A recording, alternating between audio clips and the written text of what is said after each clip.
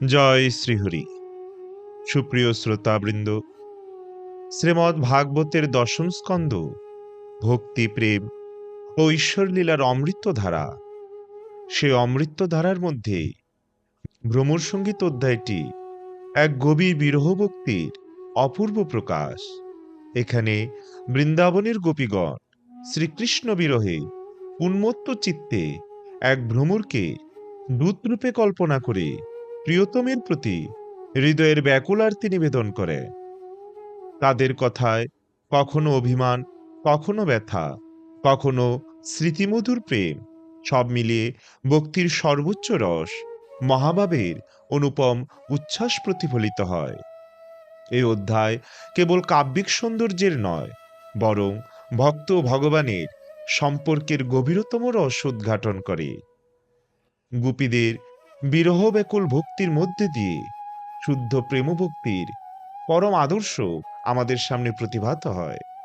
আজকের এই পাঠে আমরা সেই ভ্রমর সঙ্গীতের মর্মস্পর্শী লীলা ও তার আধ্যাত্মিক তাৎপর্য অনুধাবনের প্রয়াস করব। শ্রবণ ও মননে এই অমৃত লীলা সকলের হৃদয়ের ভক্তির সুধা সঞ্চার করুক, এই প্রার্থনা। ভাগবত কথার অনুরাগী সকল শ্রোতাবৃন্দকে সশ্রদ্ধ প্রণতি নিবেদন করে এবং শ্রবণ মাত্র পরম মঙ্গল সাধনকারী গ্রন্থরাজ শ্রীমদ্ ভাগবতের বন্দনা করে শুরু করছি ভাগবতের দশম স্কন্ধে সপ্তচত্বারিংশতি অধ্যায় ভ্রমর সঙ্গীত। তাই সবাইকে মনোযোগ সহ শ্রবণ করার অনুরোধ রইল। হরি ওম তৎসৎ। নারায়ণম নমস্কৃত্য নরম চৈব নরোত্তমম দেবীম সরস্বতীম ব্যাসম তত জয়মতদীরয়ে। ওম নমো ভগবতে বাসুদেবায়। শ্রীল সুখদেব গোস্বামী বললেন, ব্রজের যুবতীরা ভগবান শ্রীকৃষ্ণের অনুচরকে দর্শন করে বিস্মিত হলেন। যার দুটি বাহু দীর্ঘ, যার নয়ন দুটি প্রস্ফুটিত নবীন পদ্মের মতো, যিনি পীতবসন এবং একটি পদ্মফুলের মালা পরিধান করেছেন এবং যার পদ্মের মতো মুখমণ্ডল উজ্জ্বল হয়ে উঠেছে মার্জিত দুই কুণ্ডলের দ্বারা, কেই সুদর্শন পুরুষ? গোপীরা প্রশ্ন করলেন, সে কোথা থেকে এসেছে এবং সে কার সেবা করে? সে কৃষ্ণের বস্ত্র ও অলঙ্কারগুলি ধারণ করেছে। এই কথা বলতে বলতে গোপীরা আগ্রহ ভরে ভগবান উত্তম শ্লোক শ্রীকৃষ্ণের পাদপদ্ম যার আশ্রয়, সেই উদ্ধবের চতুর্দিকে ভিড় করলেন। সবিনয়ে তাদের মস্তক অবনত করে তাদের লজ্জা, সহাস্য দৃষ্টিপাত এবং মধুর বচনে গোপীরা উদ্ধবকে সম্মান জানালেন। তাকে লক্ষ্মীপতি কৃষ্ণের বার্তাবাহক রূপে চিনতে পেরে তাকে একটি নির্জন স্থানে তারা নিয়ে গেলেন। তাকে সুখাসনে উপবেশন করালেন এবং জিজ্ঞাসা করতে শুরু করলেন, আমরা জানি আপনি যদুপতি কৃষ্ণের একান্ত সেবক এবং আপনার প্রভুর নির্দেশে আপনি এখানে এসেছেন, যিনি তার পিতামাতাকে সন্তোষ প্রদান করতে ইচ্ছুক। এছাড়া ব্রজের এই সমস্ত গোচরণ ভূমির কোনো কিছুই তিনি স্মরণযোগ্য বিবেচনা করেন বলে আমরা মনে করি না।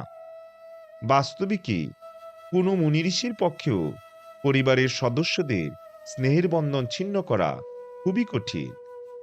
পরিবার পরিজন ছাড়া অন্যদের প্রতি বন্ধুত্ব প্রদর্শন ব্যক্তিগত স্বার্থে চালিত হয় এবং স্বার্থসিদ্ধি না হওয়া পর্যন্ত তা স্থায়ী হয়। এরকম বন্ধুত্ব নারীর প্রতি পুরুষের বা ফুলের প্রতি ভ্রমরের আসক্তির মতো। নির্ধন মানুষকে গণিকারা পরিত্যাগ করে, অযোগ্য রাজাকে প্রজারা পরিত্যাগ করে। শিক্ষা সমাপ্তির পর শিক্ষার্থীরা তাদের শিক্ষককে পরিত্যাগ করে এবং যজ্ঞের জন্য দক্ষিণা প্রদানকারীকে পুরোহিতেরা পরিত্যাগ করে থাকে। একটি গাছের ফল শেষ হয়ে গেলে পাখিরা সেটি পরিত্যাগ করে। ভোজন করার পর অতিথিরা গৃহ পরিত্যাগ করে। দগ্ধ অরণ্যকে প্রাণীরা পরিত্যাগ করে এবং প্রেমিকের প্রতি আসক্ত থাকা সত্ত্বেও তার উপভোগ্য রমণীকে প্রেমিক পরিত্যাগ করে। এইভাবে বলতে বলতে ভগবান শ্রী গোবিন্দের প্রতি কায়মনোবাক্যে সম্পূর্ণ নিবেদিত প্রাণা গোপীরা তাদের সমস্ত দৈনন্দিন ক্রিয়াকর্ম সরিয়ে রাখলেন, যেহেতু এখন সেই কৃষ্ণেরই দূত শ্রী উদ্ধব তাদের মাঝে এসে উপস্থিত হয়েছে। তাদের প্রিয়তম কৃষ্ণ তার শৈশবে ও কৈশোরে যেসব ক্রিয়াকর্ম সম্পাদন করেছিলেন সেইগুলি তারা অনবরত স্মরণ করে লজ্জাশরম ছেড়ে তাই নিয়ে গান গেয়ে গেয়ে কাঁদতে থাকলেন। গোপীদের মধ্যে একজন যখন কৃষ্ণের সঙ্গে তার পূর্বীকৃত সঙ্গ ধ্যান করছিলেন, তখন তার সামনে একটি ভ্রমরকে দেখতে পেলেন এবং সেই ভ্রমরটিকে তার প্রিয়তমের পাঠানো দূত বলে মনে করলেন। তাই তিনি তাকে বলতে লাগলেন, হে ভ্রমর, হে দূর্ত বন্ধু, তোমার সেই কুমকুম বিলিপিত শ্বশ্রু দ্বারা আমার পাদদয় স্পর্শ করো না, যা এক বিপক্ষ প্রেমিকের উঁচুযুগল দ্বারা কৃষ্ণের মালায় ঘোষিত হয়েছিল। কৃষ্ণ মথুরার রমণীগণের সন্তোষ বিধান করুক। যিনি তোমার মতো এক দূতকে প্রেরণ করেন, তিনি নিশ্চয়ই যাদব সভায় উপহাস্যাস্পদ হবেন। একবার মাত্র তার মোহিনী অধর সুধা আমাদের পান করাবার পর কৃষ্ণ সহসা আমাদের পরিত্যাগ করেছেন, ঠিক যেমন তুমি কিছু ফুলেদের পরিত্যাগ করো।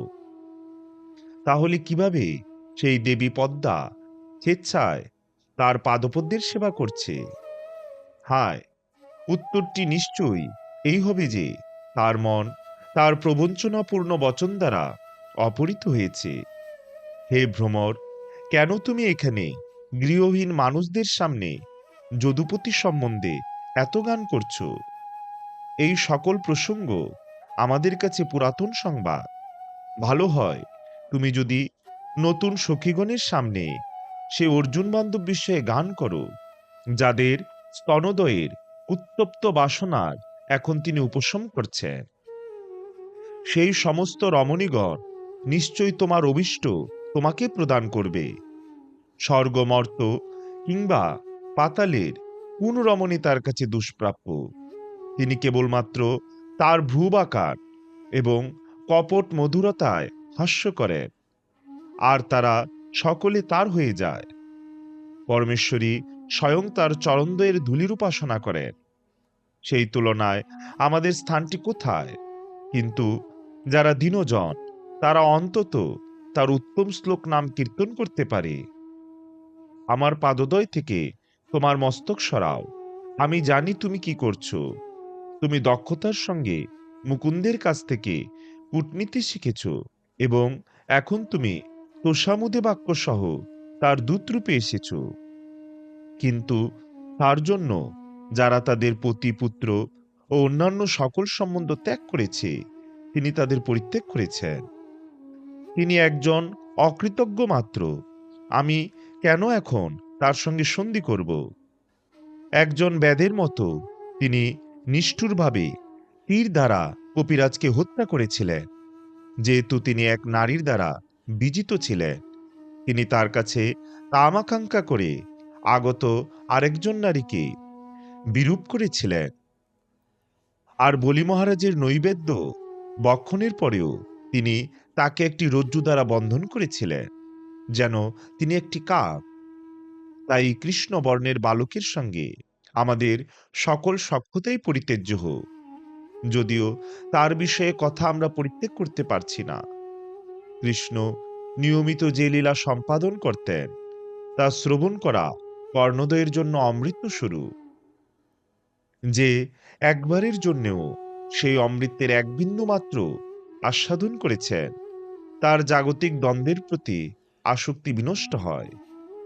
এরকম বহু ব্যক্তি সহসা তাদের দীন গৃহ ও পরিবার ত্যাগ করেছে এবং নিজেরা হীন হয়ে তাদের জীবন নির্বাহের জন্য ভিক্ষা করতে করতে এখানে বৃন্দাবনে পাখির মতো উদ্দেশ্যহীনভাবে ঘুরে বেড়াচ্ছে। তার প্রতারণাপূর্ণ কথাগুলি সত্য বলে বিশ্বাস করে আমরা ঠিক যেন মূর্খ কৃষ্ণসার হরিণের পত্নীদের মতো হয়ে গিয়েছিলাম। যারা নিষ্ঠুর বেদের গান বিশ্বাস করে থাকে। এইভাবে আমরা বারংবার তার নখস্পর্শজনিত তীব্র কামনার পীড়া অনুভব করতাম। হে দূত, দয়া করে কৃষ্ণ ছাড়া অন্য কিছু বিষয়ে কথা বলো। হে আমার প্রিয়তমের সখা, আমার প্রিয়তম কি তোমাকে আবার এখানে পাঠিয়েছেন? আমার তোমাকে সম্মান করা উচিত। সখা, দয়া করে তুমি কি বর চাও তা তুমি পছন্দ করো, কিন্তু কেন তুমি তার কাছে আমাদের নিয়ে যেতে ফিরে এসেছো? যার দাম্পত্য প্রেম ত্যাগ করা অত্যন্ত কঠিন। হে সৌম্য ভ্রমর, শেষ পর্যন্ত তার বধূ হচ্ছেন লক্ষ্মী দেবী এবং তিনি সর্বদা তার বক্ষপরে বাস করেন। হে উদ্ধব, অত্যন্ত অনুশোচনার বিষয় যে কৃষ্ণ এখন মথুরায় বাস করছেন। তিনি কি তার পিতৃগৃহের কথা, তার বন্ধুদের কথা, গোপ বালকদের কথা স্মরণ করেন? হে মহাত্মন, তিনি কখনো আমাদের কথা, এই কিঙ্কিরীদের কথা বলেন? কবে তিনি অগুরু সুগন্ধযুক্ত তার হস্ত আমাদের মস্তকে ধারণ করবেন? শ্রীল সুখদেব গোস্বামী বললেন, এই সকল কথা শ্রবণ করে উদ্ধব তখন ভগবান কৃষ্ণকে দর্শনের জন্য অত্যন্ত ব্যগ্র গোপীগণকে সান্ত্বনা প্রদানের চেষ্টা করলেন। এইভাবে তিনি তাদের প্রিয়তমের বার্তা বর্ণনা করতে শুরু করলেন।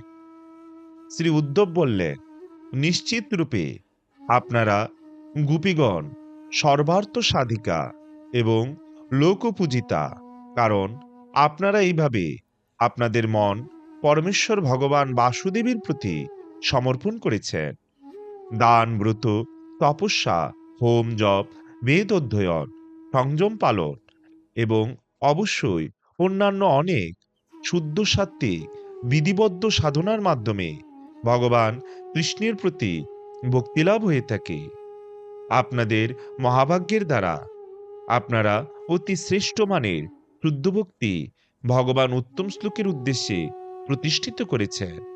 মুনিগণের পক্ষেও যে মান অর্জন করা কঠিন। আপনারা মহাভাগ্যক্রমে আপনাদের পতি পুত্র, দৈহিক স্বাচ্ছন্দ্য, আত্মীয় স্বজন ও গৃহ সংসার সবই কৃষ্ণ নামক পরম পুরুষের জন্য ত্যাগ করেছেন। হে পরম মহিমান্বিত গোপীবৃন্দ, আপনারা যথার্থই অধ্যক্ষজ ভগবানের প্রতি ঐকান্তিক প্রেমের অধিকার দাবি করেছেন। প্রকৃতপক্ষে কৃষ্ণ বিরহে তার প্রতি আপনাদের প্রেম উদ্ঘাটনের মাধ্যমে আপনারা আমাকে পরম কৃপা করলেন। হে ভদ্রাগণ, এখন আপনাদের প্রিয়তমের বার্তা শ্রবণ করুন, যা আমি আমার প্রভুর একান্ত সেবক রূপে আপনাদের কাছে উপস্থিত করার জন্য এখানে এসেছি।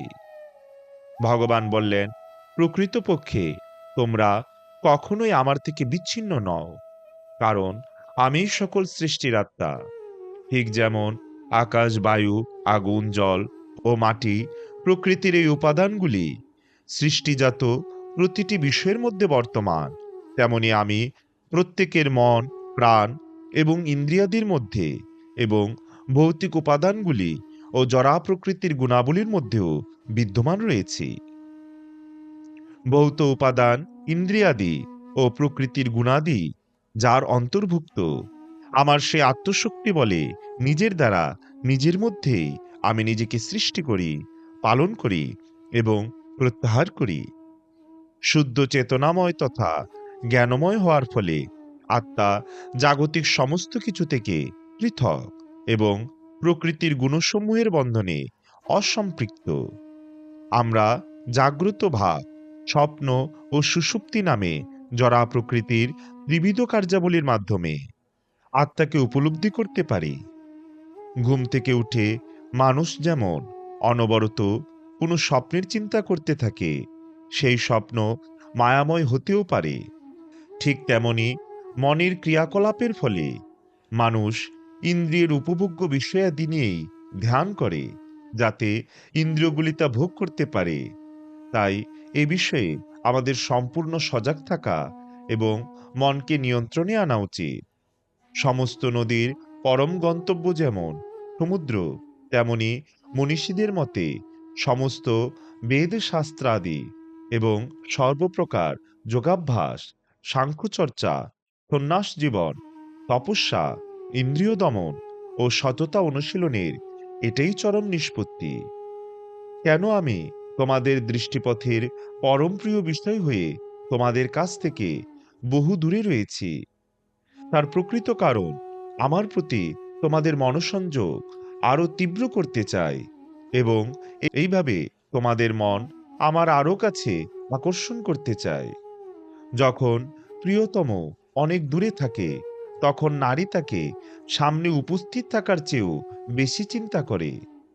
যেহেতু তোমাদের মন সম্পূর্ণরূপে আমাতে মগ্ন এবং অন্য সকল বিষয় হতে মুক্ত হয়ে তোমরা সর্বদা আমাকে স্মরণ করছো, তাই অতি শীঘ্রই তোমাদের মাঝে আবার আমাকে লাভ করবে। যদিও কয়েকজন গোপীকে ব্রজে থাকতে হয়েছিল, আর তাই রাত্রিতে অরণ্যে আমার সঙ্গে রাসনৃত্য ক্রীড়ায় অংশগ্রহণ করতে পারেনি, তা সত্ত্বেও তারা ছিল ভাগ্যবতী। প্রকৃতপক্ষে তারা আমার শৌর্যশালী লীলাগুলি স্মরণের মাধ্যমে আমাকে লাভ করেছিল। শ্রীল সুখদেব গোস্বামী বললেন, ব্রজের রমণীরা তাদের প্রিয়তম কৃষ্ণের কাছ থেকে এই বার্তা শ্রবণ করে প্রীত হলেন। তার কথাগুলি তাদের স্মৃতি জাগরুক করলে তারা উদ্ধবকে উদ্দেশ্য করে বললেন, এটা অত্যন্ত শুভ যে যদুগণের নির্যাতনকারী এবং শত্রু কংস তার অনুগামী সহ এখন নিহত হয়েছে। আর এটিও অত্যন্ত শুভ যে ভগবান অচ্যুত তার শুভাকাঙ্ক্ষী আপ্তকাম বন্ধু ও আত্মীয় স্বজনের সঙ্গে কুশলে বাস করছেন। হে সৌম উদ্ধব, গদের জ্যেষ্ঠ ভ্রাতা কি এখন পুরো রমণীদের আনন্দ প্রদান করছেন? যে আনন্দ প্রকৃতপক্ষে আমাদেরই প্রাপ্য। আমাদের মনে হয় সেই রমণীরা তাদের উদার দৃষ্টি দিয়ে স্নিগ্ধ সলজ্জ হাস্যে তাকে অর্চনা করেন। শ্রীকৃষ্ণ সমস্ত প্রকার দাম্পত্য বিষয়ে দক্ষ এবং পুরো রমণীদের প্রিয়তম। এখন যেহেতু তিনি তাদের মোহিত বাক্য ও ইঙ্গিতের দ্বারা অবিরত বন্দিত হচ্ছেন, তাই কিভাবে তিনি আবদ্ধ না হয়ে পারেন? হে ধর্মপ্রাণ, পুরো রমণীদের সঙ্গে তার কথাবার্তার সময় গোবিন্দ কখনো আমাদের স্মরণ করেন কি? তিনি যখন তাদের সঙ্গে স্বচ্ছন্দে কথা বলেন, তিনি কখনো আমাদের গ্রাম্য কন্যাদের উল্লেখ করেন কি? কুমুদ, কুন্দু ও উজ্জ্বল চন্দ্রের সুবিত বৃন্দাবন অরণ্যের সেই রাত্রিগুলি তিনি মনে করেন কি?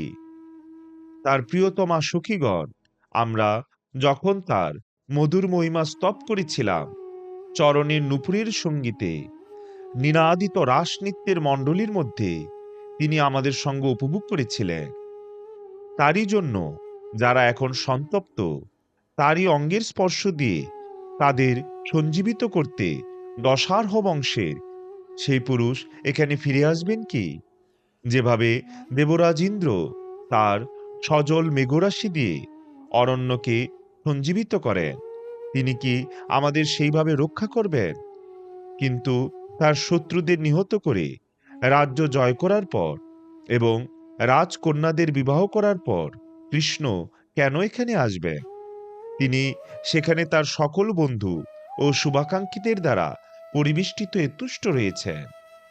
মহাত্মা কৃষ্ণ লক্ষ্মী দেবীর অধীশ্বর এবং তিনি যা আকাঙ্ক্ষা করেন আপনা থেকেই তা অর্জন করেন। তিনি যখন ইতিমধ্যেই স্বয়ংসম্পূর্ণ, তখন কিভাবে আমরা বনবাসীরা বা অন্য রমণীরা তার উদ্দেশ্যগুলি পূর্ণ করতে পারি? বারনারী পিঙ্গলাও ঘোষণা করেছে যে প্রকৃতপক্ষে সকল আশা ত্যাগ করাই পরম সুখের।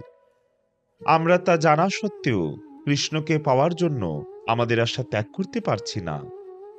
ভগবান উত্তম শ্লোকের সঙ্গে অন্তরঙ্গ বাক্যালাপ পরিত্যাগ কে সইতে পারে? তিনি লক্ষ্মীদেবীর প্রতি কোনো আগ্রহ প্রদর্শন না করলেও লক্ষ্মীদেবী কখনো ভগবানের বক্ষের উপর তার স্থান থেকে বিচ্যুত হন না। প্রিয় উদ্ধব, কৃষ্ণ যখন এখানে শঙ্কর্ষণের সাহচর্যী ছিলেন, তখন তিনি এই সমস্ত নদী, পর্বত, বন, গবাদি এবং বংশীধ্বনি উপভোগ করতেন। এই সমস্ত কিছুই নিরন্তর আমাদের নন্দের পুত্রের কথা মনে করায়। বাস্তবে কি, আমরা যেহেতু শ্রীকৃষ্ণের দিব্য লক্ষণাদি সহ পদচিহ্ন দর্শন করি, তাই তাকে কখনো ভুলতে পারি না। হে উদ্ধব, তার মধুর গমনভঙ্গি, তার উদার হাস্য ও লীলাময় দৃষ্টিপাত এবং তার মধুময় বাক্যের দ্বারা যখন আমাদের হৃদয় অপহৃত হয়ে রয়েছে, তখন আমরা কিভাবে তাকে ভুলতে পারি? হে প্রভু, হে রমানাথ, হে ব্রজনাথ, হে সকল দুঃখ বিনাশন, গোবিন্দ, দয়া করে দুঃখের সাগরে নিমগ্ন আপনার গোকুলকে উদ্ধার করুন।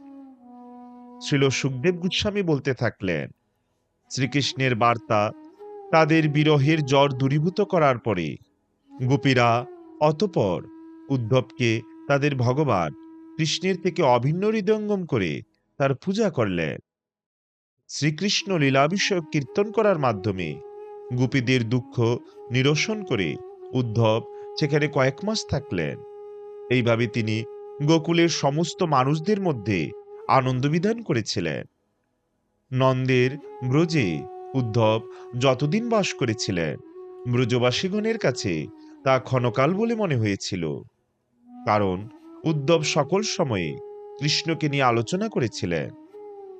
ভগবান শ্রীহরির সেই দাস ব্রজের নদী, বন, পর্বত, উপত্যকা এবং পুষ্প শোভিত বৃক্ষরাজি দর্শন করে বৃন্দাবনবাসীদের শ্রীকৃষ্ণের কথা স্মরণের মাধ্যমে অনুপ্রাণিত করে আনন্দ লাভ করতেন।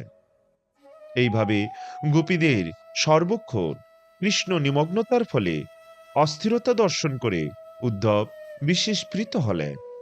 তাদের প্রতি সকল শ্রদ্ধা নিবেদনের আকাঙ্ক্ষায় তিনি এইভাবে গান করলেন, পৃথিবীর সমস্ত মানুষের মধ্যে এই গোপীরা বাস্তবিকই তাদের দেহরূপী জীবন সার্থক করেছেন। কারণ তারা ভগবান গোবিন্দের জন্য অবিমিশ্র প্রেমের পূর্ণতা অর্জন করেছেন। যারা জড় অস্তিত্বে ভীত সন্ত্রস্ত, তারা ছাড়াও মহান মুনিগণ এবং সেই সঙ্গে আমাদেরও মধ্যে গোপীদের মতো শুদ্ধ প্রেম আকাঙ্ক্ষা করা হয়ে থাকে।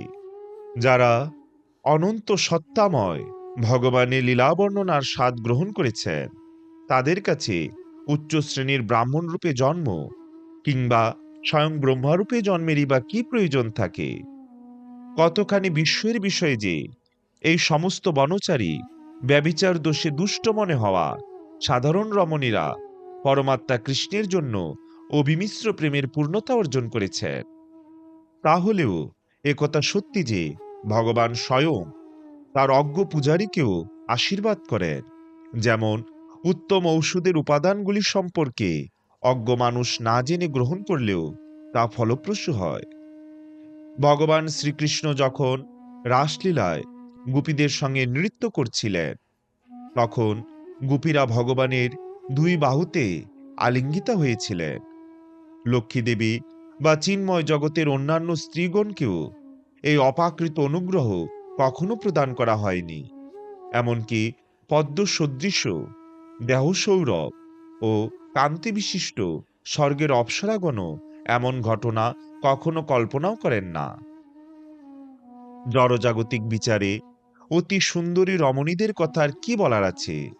মুকুন্দ বা কৃষ্ণ, যাকে বৈদিক জ্ঞানের দ্বারা অন্বেষণ করা হয়, তার পাদপদ্মে আশ্রয় গ্রহণ করার জন্য ব্রজের গোপিকারা তাদের পতি, পুত্র ও পরিবার পরিজনকে, যাদের ত্যাগ করা অত্যন্ত কষ্টসাধ্য, তাদের পরিত্যাগ করেছেন। এমনকি তারা তাদের চারিত্রিক জীবনধারাও পরিত্যাগ করেছে।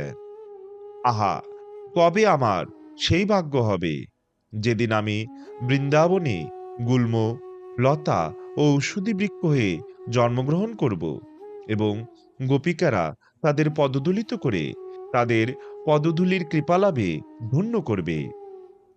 ব্রহ্মা ও সকল যোগেশ্বর দেবতাগণ সহ স্বয়ং লক্ষ্মী দেবীও তার হৃদয়ে কেবল কৃষ্ণের পাদপদ্ম অর্চনা করতে পারেন। কিন্তু রাসনৃত্যের সময়ে ভগবান কৃষ্ণ এই সকল গোপীদের স্তনে তার চরণ স্থাপন করেছিলেন এবং সেই পাদদ্বয় আলিঙ্গন করে গোপীরা সকল সন্তাপ পরিত্যাগ করেছিলেন। আমি নন্দ মহারাজের ব্রজের রমণীদের পদধূলি নিরন্তর বন্দনা করি। এই গোপীরা যখন ঐচ্চৈস্বরে শ্রীকৃষ্ণের মহিমা কীর্তন করেন, তখন তার ধ্বনি ত্রিভুবনকে পবিত্র করে। শ্রীল সুখদেব গোস্বামী বললেন, দশারহর বংশধর উদ্ধব তারপর নন্দ মহারাজ, মা যশোদা এবং গোপীদের কাছ থেকে বিদায়ের অনুমতি গ্রহণ করলেন। তিনি সকল গোপদের বিদায় জানালেন এবং যাত্রার জন্য তার রথে আরোহণ করলেন। উদ্ধব যখন যাত্রা উন্মুখ, তখন নন্দ এবং অন্যান্য সকলে বিভিন্ন পূজার সামগ্রী ধারণ করে তার দিকে অগ্রসর হলেন। তাদের অশ্রুপূর্ণ নয়নে তাকে উদ্দেশ্য করে তারা বললেন, আমাদের সমস্ত মানসিক ক্রিয়াকলাপ যেন সর্বদা কৃষ্ণের পাদপদ্মের আশ্রয় গ্রহণ করে। আমাদের বাক্য সর্বদা যেন তার নাম কীর্তন করে এবং আমাদের দেহ যেন সর্বদা তার প্রতি প্রণত থাকে এবং তার সেবা করে। আমাদের কর্মফল অনুযায়ী ভগবানের ইচ্ছায় এই জগতের যেখানেই আমরা ভ্রমণ করি, আমাদের শুভকর্ম ও দান যেন সর্বদা আমাদের কৃষ্ণের জন্য প্রেম প্রদান করে। হে নরাধীপ, ভগবান শ্রীকৃষ্ণের সঙ্গে ভক্তির প্রকাশ সহ গোপগণ দ্বারা এইভাবে সম্মানিত হয়ে উদ্ধব তখন কৃষ্ণের সুরক্ষাধীন মথুরা নগরীতে প্রত্যাবর্তন করলেন। ভূমিষ্ঠ হয়ে প্রণতি নিবেদনের পর উদ্ধব ব্রজবাসীদের গভীর ভক্তির কথা শ্রীকৃষ্ণের কাছে বর্ণনা করলেন। উদ্ধব বসুদেব, শ্রী বলরাম এবং রাজা উগ্রসেনকেও তা বর্ণনা করলেন ও তার সঙ্গে নিয়ে আসা শ্রদ্ধার্ঘ্যগুলি তাদের প্রদান করলেন। ওম তৎসৎ ইতি শ্রীমন মহর্ষি ব্যাসদেব প্রণীত পারমহংসী সংহিতা শ্রীমদ্ ভাগবত মহাপুরাণের দশম স্কন্দের সপ্তচত্বারিংশতি অধ্যায় সমাপ্ত। পরবর্তীতে আমরা শ্রবণ করব শ্রীমদ্ ভাগবতের দশম স্কন্দের অষ্টচত্বারিংশতি অধ্যায়, শ্রীকৃষ্ণের কুব্জা এবং অক্রূরের গৃহে গমন। তাই সবাইকে পরবর্তী ভিডিও দেখার আমন্ত্রণ রইল। জয় জয় গ্রন্থরাজ শ্রী শ্রীমদ্ ভাগবত মহাপুরাণের জয়। ভাগবত কথা শ্রবণকারী সকল ভক্তবৃন্দের জয়। জয় শ্রীকৃষ্ণ চৈতন্য প্রভু নিত্যানন্দ, শ্রী অদ্বৈত গদাধর শ্রীবাসাদি শ্রী গৌর ভক্তবৃন্দ। হরে কৃষ্ণ কৃষ্ণ কৃষ্ণ হরে হরে, হরে রাম রাম রাম হরে হরে। জয় শ্রী হরি।